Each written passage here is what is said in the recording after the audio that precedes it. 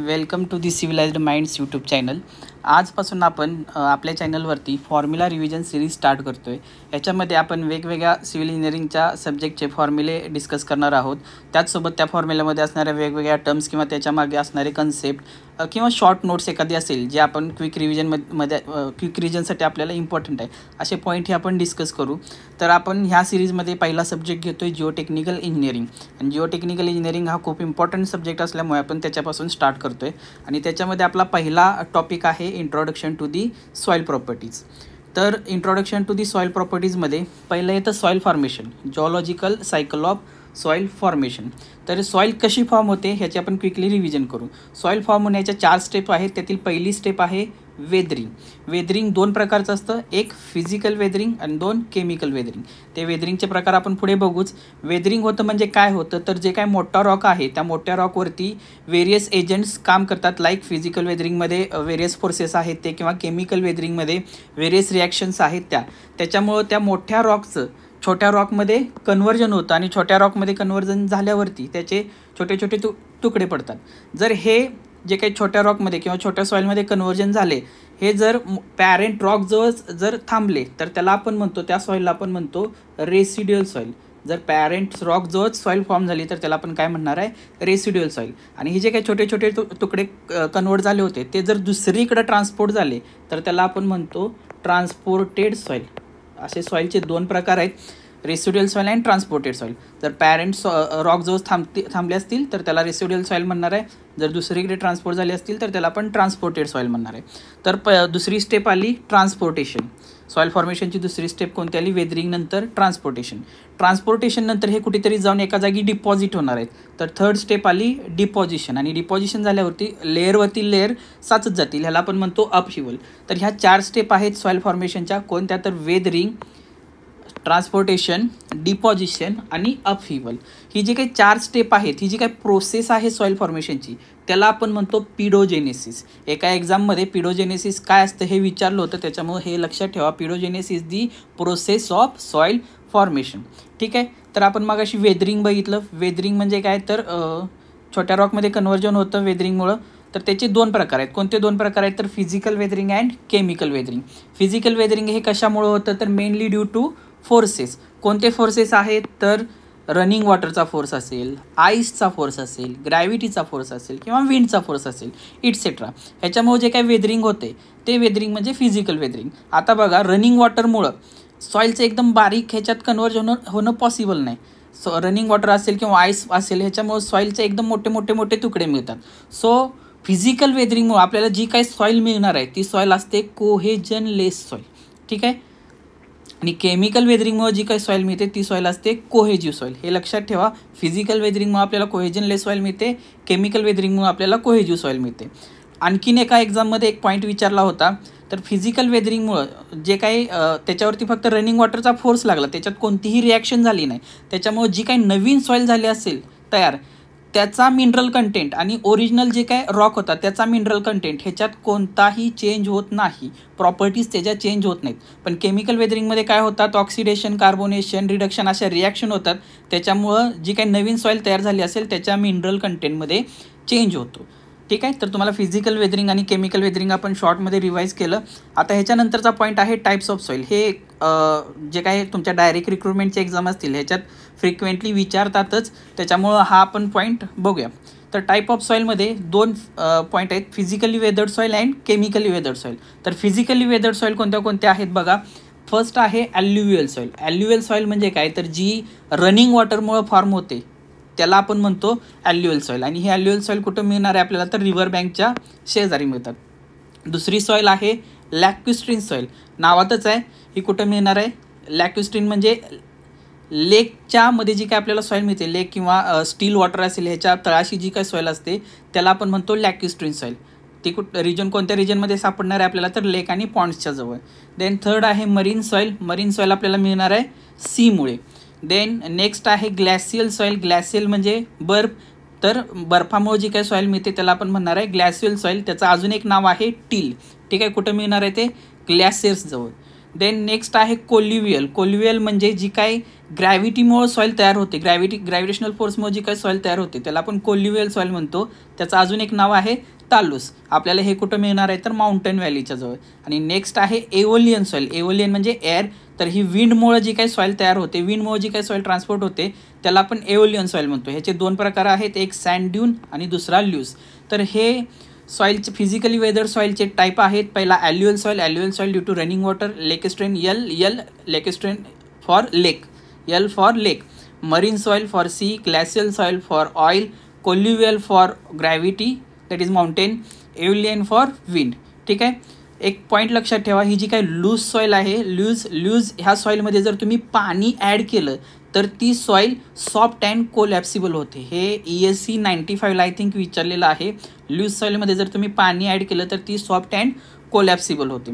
Now next chemically weathered soil. Chemically weathered सॉईलमध्ये वेगवेगळे प्रकार आहेत, like marl soil, tuff soil, bentonite soil, black cotton soil, then मग, peat et cetera. मी बाकीचे लिहिलेले नाहीत. हे मार्ल, टफ तेवढे मला इम्पॉर्टंट वाटलं म्हणून मी तेवढे लिहून घेतलेत.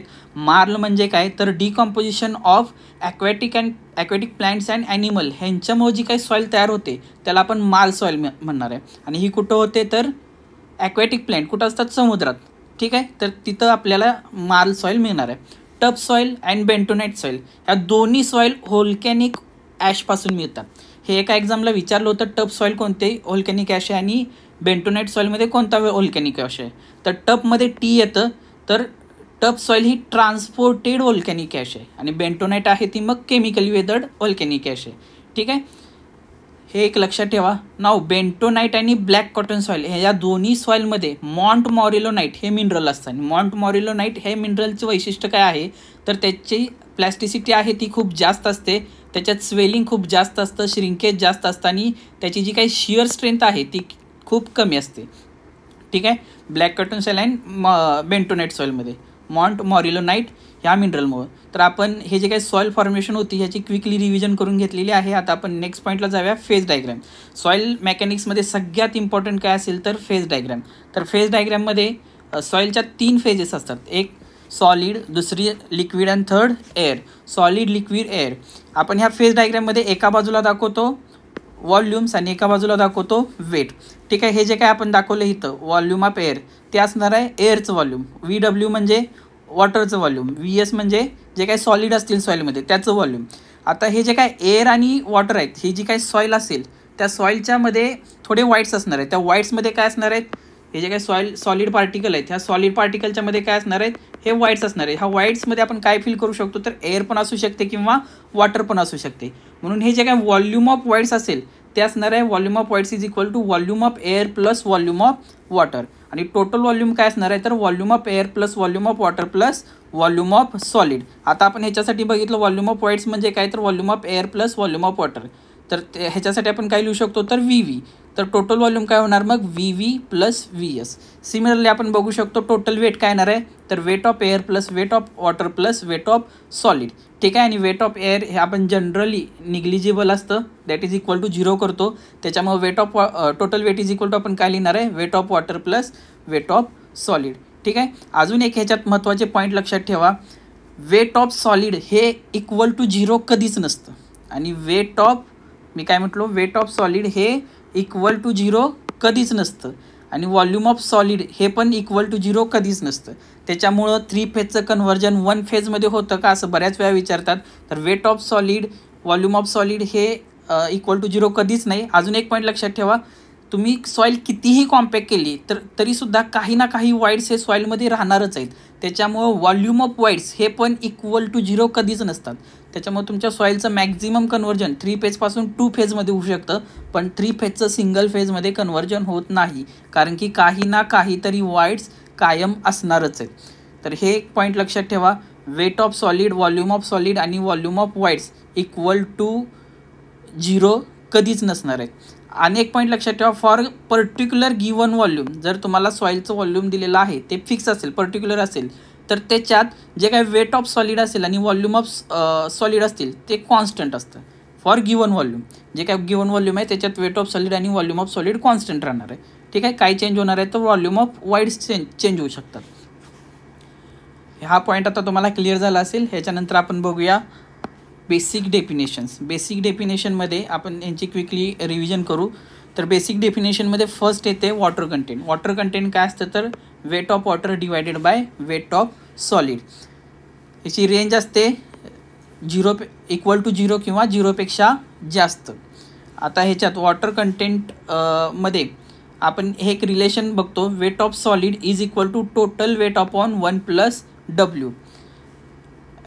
वॉटर कंटेंट आपण अजून एका पद्धतीनं सुद्धा दाखवू शकतो, that is mass water content किंवा apparent water content denoted by W dash and that is equal to WW upon WT.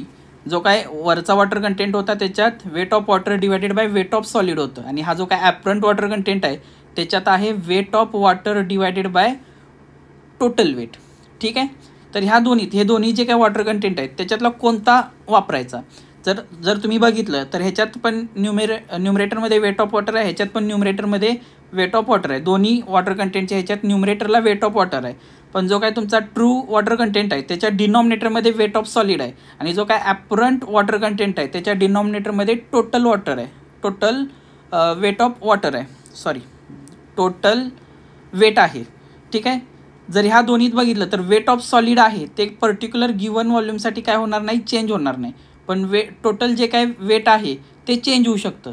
म्हणून ह्यातला जो काय तुमचा W आहे ट्रू वॉटर कंटेंट तो कॉन्स्टंट राहील, आणि W डॅश आहे तो चेंज होऊ शकतो. म्हणून W is more significant than W dash. So आपण सॉईल मेकॅनिक्समध्ये फक्त W that is true water content वापरतो. ॲपरंट वॉटर कंटेंट तुम्ही कुठेही बघितला नसेल. ठीक आहे. ॲपरंट वॉटर कंटेंट आणि ट्रू वॉटर कंटेंटमध्ये एक रिलेशन आहे, W is equal to W dash upon 1 - W dash. यानंतरची डेफिनेशन आहे void ratio is equal to volume of voids divided by volume of solid, आणि त्याची रेंज असते E is greater than 0. Then VS आणि VTचा पण relation E वरून काढतो, तर VS म्हणजे volume of solid is equal to total volume upon 1 + E. याच्यानंतरचं रिलेशन आहे पोरॉसिटी म्हणजे काय तर volume of voids divided by total volume, आणि त्याची रेंज आहे 0, N is greater than 0 and less than 100. याचं इक्वल टू वगैरे हे साईन नीट ऑब्झर्व करा. Nची व्हॅल्यू कधीच 0 नसते. का 0 नसते तर मी मागाशीच सांगितलं, व्हॉल्यूम ऑफ वाईड्स हे कधीच 0 होऊ शकत नाहीत. व्हॉल्यूम ऑफ वाईड्स कधीच 0 होणार नाहीत, तर N कधीच 0 होऊ शकत नाही. ठीक आहे. त्याच्यामुळे Nची व्हॅल्यू 0 नसते, आणि Nची व्हॅल्यू कधीच 100 नसणार. का 100 नसणार? Nची व्हॅल्यू 100 होण्यासाठी VV आणि VTची व्हॅल्यू काय झाली पाहिजे, सेम झाली पाहिजे. जर VV आणि VTची व्हॅल्यू सेम झाली तर तुमचं काय होतं आहे, VV आणि VTची व्हॅल्यू सेम झाली तर त्याचं मिनिंग येतं आहे की VS 0 होईल, आणि मी मगाशी सांगितलं VS कधीच 0 नसतो. ठीक आहे. म्हणून याची व्हॅल्यू 100 कधीच नसते, नेहमी 100पेक्षा कमी असणार आहे आणि 0पेक्षा जास्त असणार आहे. हे एक रिलेशन्स खूप इम्पॉर्टंट आहेत. तुम्हाला वेगवेगळ्या एक्झाममध्ये ह्याच्यावरती फॉर्म्युला विचारू शकतात किंवा प्रॉब्लेम विचारू शकतात. E is equal to N upon 1 - N. E is equal to N upon 1 - N and N is equal to E upon 1 + E. ठीक आहे. आता हे याच्यात कन्फ्युजन होतं खूप लोकांना. मी कसं लक्षात ठेवलं होतं की ABCD लक्षात ठेवली होती. ABCDमध्ये फर्स्ट काय येतं, E येतं, आणि नंतर काय येतं, N येतं.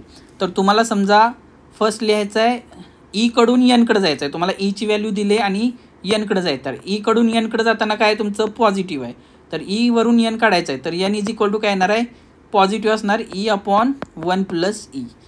N वरून E कडे जायचं आहे म्हणजे Eची व्हॅल्यू काढायची आहे N वरून, तर तुम्हाला काय ते मागे यावं लागतं म्हणून मायनस साईन, तर N अपॉन 1 - N. मी असं लक्षात ठेवलं होतं. तुम्हाला प्लस मायनसचा कधी घोळ होणार नाही. ठीक आहे. याच्यानंतरची डेफिनेशन आहे degree of saturation, S denoted by S. S is equal to volume of water divided by volume of voids. याची पण रेंज बघा. S हा 0 असू शकतो आणि 100 पण असू शकतो, आणि 0 ते 100च्या मधली कोणतीही व्हॅल्यू असू शकते. 0 असू शकतो का, बघा 0 असण्यासाठी व्हॉल्यूम ऑफ वॉटरची व्हॅल्यू 0 होऊ शकते का, तर होऊ शकते. जर व्हॉल्यूम ऑफ वॉटर 0 झालं, व्हॉल्यूम ऑफ वॉटर जर 0 असेल तर त्या व्हॉल्यूम ऑफ वाईड्स किती येणार, volume of voids is equal to ते असेल व्हॉल्यूम ऑफ एअर. ठीक आहे. Volume of voids is equal to काय असतं, volume of air plus volume of water. ह्याची जर व्हॅल्यू 0 झाली तर volume of voids is equal to volume of air येणार. त्याच्यामुळे हे होऊ शकतं. म्हणजे S इज इक्वल टू 0 असेल तर ती सॉईल काय असणार, त्या सॉईलमध्ये फक्त एअर असणार आहे, वॉटर नसणार आहे, म्हणजे ती सॉईल असणार आहे ड्राय सॉईल. म्हणून ह्या Sची रेंज आहे equal to 0, greater than 0 equal to 100 and less than 100. ठीक आहे. तर याची एक टेबल आहे. ह्या टेबलवरून तुम्हाला एक्झाममध्ये काय विचारू शकतात, तर यसची व्हॅल्यू काढायला सांगू शकतात आणि ती सॉईल कोणत्या प्रकारची असं विचारू शकतात. समजा तुमची यसची व्हॅल्यू आली 44, तर त्या सॉईलचा प्रकार कोणता आहे, तर यसची व्हॅल्यू 44 आली तर ते असणार आहे डॅम्प सॉईल. किंवा यसची व्हॅल्यू समजा 80 आली तर त्या सॉईलचा प्रकार काय असणार आहे, वेट सॉईल. यसची व्हॅल्यू 100 म्हणजे यसची व्हॅल्यू 1 आली तर ते असणार आहे सॅच्युरेटेड सॉईल. यसची व्हॅल्यू 0 असेल तर ते असणार आहे ड्राय सॉईल. तर हा टेबल पण बघून घ्या, नोट करून ठेवा. याच्यानंतरचा बेसिक डेफिनेशन आहे एअर कंटेंट. एअर कंटेंट काय असतं, तर volume of air divided by volume of voids. ह्याची पण रेंज लक्षात ठेवा. व्हॉल्यूम ऑफ एअर 0 होऊ शकतं का, तर होऊ शकतं, म्हणून AC व्हॅल्यू 0 असणार आहे. Then volume of air is equal to volume of voids होऊ शकतं का, तर होऊ शकतं, तर त्याची व्हॅल्यू 100 पण असणार आहे आणि 0 to 100 तर ही रेंज असेलच. हे एक रिलेशन लक्षात ठेवा, AC + S is equal to 1. ठीक आहे. आपल्याला जे काही सरसेवेच्या एक्झाम असतात ह्याच्यावरती असे छोटे छोटे क्विकली सॉल्व्ह करण्याचे क्वेश्चन विचारू शकतात. त्यानंतरची डेफिनेशन आहे percentage air void. Percentage air voids काय असतं, तर volume of air divided by volume of soil, total volume of soil. ठीक आहे. आता ह्याची रेंज बघा. व्हॉल्यूम ऑफ एअर हे टोटल व्हॉल्यूम एवढं होऊ शकतं का, जर volume of air is equal to total volume झालं तर त्याचं मिनिंग झालं volume of solid is equal to 0, right. त्याच्यामुळे volume of air is equal to total volume होणार नाही आहे. मी इथं रेंज चुकीची लिहिले. NA is not equal to 0 येणार. NA काय येणार, greater than 0 and less than 100. ठीक आहे. सॉरी बरोबर लिहिलं होतं. VA व्हॅल्यू 0 होऊ शकते, त्यावेळी व्हॉल्यूम ऑफ वॉटर असेल फक्त सॉईलमध्ये, म्हणजे NA व्हॅल्यू 0 होते. NA व्हॅल्यू 0 होऊ शकते आणि NA व्हॅल्यू कधीही 100 होणार नाही, कारण NA व्हॅल्यू 100 झाली तर VA is equal to VT येईल, म्हणजे सॉईलमध्ये व्हॉल्यूम ऑफ सॉलिड नाहीच. ठीक आहे. तर NA म्हणजे काय, percentage air void. Percentage air wide म्हणजे काय, VA/VT. याच्यानंतरचा पॉईंट आहे युनिट वेट्स. युनिट वेट्स म्हणजे काय, तर वेट अपॉन व्हॉल्यूम. कोणतंही युनिट वेट असून दे, आपण ते कसं दाखवतो, तर वेट अपॉन व्हॉल्यूम. जर तुम्ही टोटल वेट घेतलं, total weight upon total volume केलं, तर त्याला तुम्ही म्हणणार आहे बल्क युनिट वेट. जर तुम्ही फक्त ड्राय सॉईल घेतली, ड्राय सॉईलमध्ये काय असणार आहे, तर ड्राय सॉईलमध्ये टोटल वेट काय असेल, तर ड्राय सॉईलचं टोटल वेट असणार आहे. टोटल वेट नेमकं काय असतं, तर weight of air plus weight of water plus weight of solid. जर सॉईल ड्राय असेल तर ह्याची पण वेट ऑफ वॉटरची व्हॅल्यू 0 झाली. ड्राय असेल एअरची व्हॅल्यू, वेट ऑफ एअर तर 0च असतं, तर WT इज इक्वल टू काय असणार आहे, WS. म्हणून dry unit weight that is γD is equal to WS upon total volume, किंवा त्याला आपण WD अपॉन टोटल व्हॉल्यूम म्हणू शकतो. Similarly γSat is equal to काय असणार आहे, saturated weight upon total volume. Gamma submerge काय असणार आहे, submerge weight upon total volume. त्याच्यासाठी अजून एक फॉर्म्युला आहे, γSat मायनस γW. आणि γS म्हणजे काय, युनिट वेट ऑफ सॉलिड. ते काय असतं, तर weight of solid divided by volume of solid. ठीक आहे.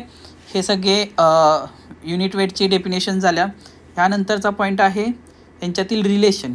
तर γSची व्हॅल्यू सगळ्यात जास्त असते, त्याच्यापेक्षा कमी असतं γSat, त्याच्यापेक्षा कमी असतं γB, त्याच्यापेक्षा कमी असतं γD आणि त्याच्यापेक्षा कमी असतं γSubmerge. तर ह्या युनिट वेटचं एक लक्षात ठेवा रिलेशन्स. नाव स्पेसिफिक ग्रॅव्हिटी. स्पेसिफिक ग्रॅव्हिटी दोन प्रकारचे आहेत, एक ट्रू स्पेसिफिक ग्रॅव्हिटी आणि second mass specific gravity. True specific gravity काय असते, denoted by G is equal to γS upon γW. जर तुम्ही न्यूमरेटरमध्ये γS म्हणजे काय, युनिट वेट ऑफ सॉलिड जर घेतला, डिवायडेड बाय γW घेतलं, तर त्याला आपण म्हणतो ट्रू स्पेसिफिक ग्रॅव्हिटी. आणि ह्या ट्रू स्पेसिफिक ग्रॅव्हिटीची व्हॅल्यू फॉर इनऑर्गॅनिक सॉईल असते 2.6 to 2.9 and for organic soil असते 1 to 2. ठीक आहे. ही जी काही ट्रू स्पेसिफिक ग्रॅव्हिटी आहे, जनरली आपण इंडियामध्ये 27 डिग्री सेल्सिअसला रिपोर्ट करतो. नाव मास स्पेसिफिक ग्रॅव्हिटी किंवा त्याला आपण बल्क स्पेसिफिक ग्रॅव्हिटी किंवा आपण त्याला ॲपरंट स्पेसिफिक ग्रॅव्हिटी असं म्हणतो. जर तुमचा न्यूमरेटरमध्ये γS सोडून दुसरा कोणताही गॅमा असेल, गॅमा बल्क मी का लिहिला आहे, कारण गॅमा बल्क म्हणजे एक्झिस्टिंग. गॅमा बल्कच्या ऐवजी γD होऊ शकतं जर सॉईल तुमची ड्राय असेल. जर तुमची सॉईल सॅच्युरेटेड असेल तर γBच्या ऐवजी तिथं काय होईल, γSat होईल. मी काय म्हटलो, जर तुमचा न्यूमरेटरमध्ये γSच्या ऐवजी दुसरा कोणताही गॅमा असेल तर त्याला आपण म्हणणार आहे मास specific gravity, denoted by GM. ठीक आहे. γSच्या ऐवजी दुसरा कोणताही गॅमा, इथं मी γB लिहिला आहे, त्याच्याऐवजी जर ड्राय सॉईल असेल तर γD येईल, जर सॅच्युरेटेड सॉईल असेल तर γSat येईल, जर सबमर्ज सॉईल असेल तर γSubmerge येईल. ठीक आहे. तर त्याला आपण म्हणणार आहे मास specific gravity. Now relation between G and GM. तर जीची व्हॅल्यू ही जी एमपेक्षा नेहमी जास्त असते. का तर जीच्या न्यूमरेटरमध्ये गॅमा एस आहे आणि इकडं काय आहे गॅमा बी आहे आणि गॅमा एस ह्या उरलेल्या सगळ्यांच्या गॅमापेक्षा काय असतो नेहमी जास्त असतो, म्हणून जीची व्हॅल्यू ही नेहमी जी एमपेक्षा जास्त असणार आहे. ठीक आहे. एक्झाममध्ये आपल्याला कधी कधी एका ठराविक टेम्परेचरला जीची व्हॅल्यू फाईंड करायला सांगतात. तर ते कसं फाईंड करायचं तर ह्या रिलेशनवरून G at T degree Celsius into gamma W at T degree Celsius is equal to G at 27 degree Celsius into gamma W at 27 degree Celsius. ठीक आहे. या तुम्हाला बेसिक डेफिनेशन समजले असतील. तर आपण आता इम्पॉर्टंट रिलेशन्स बघू.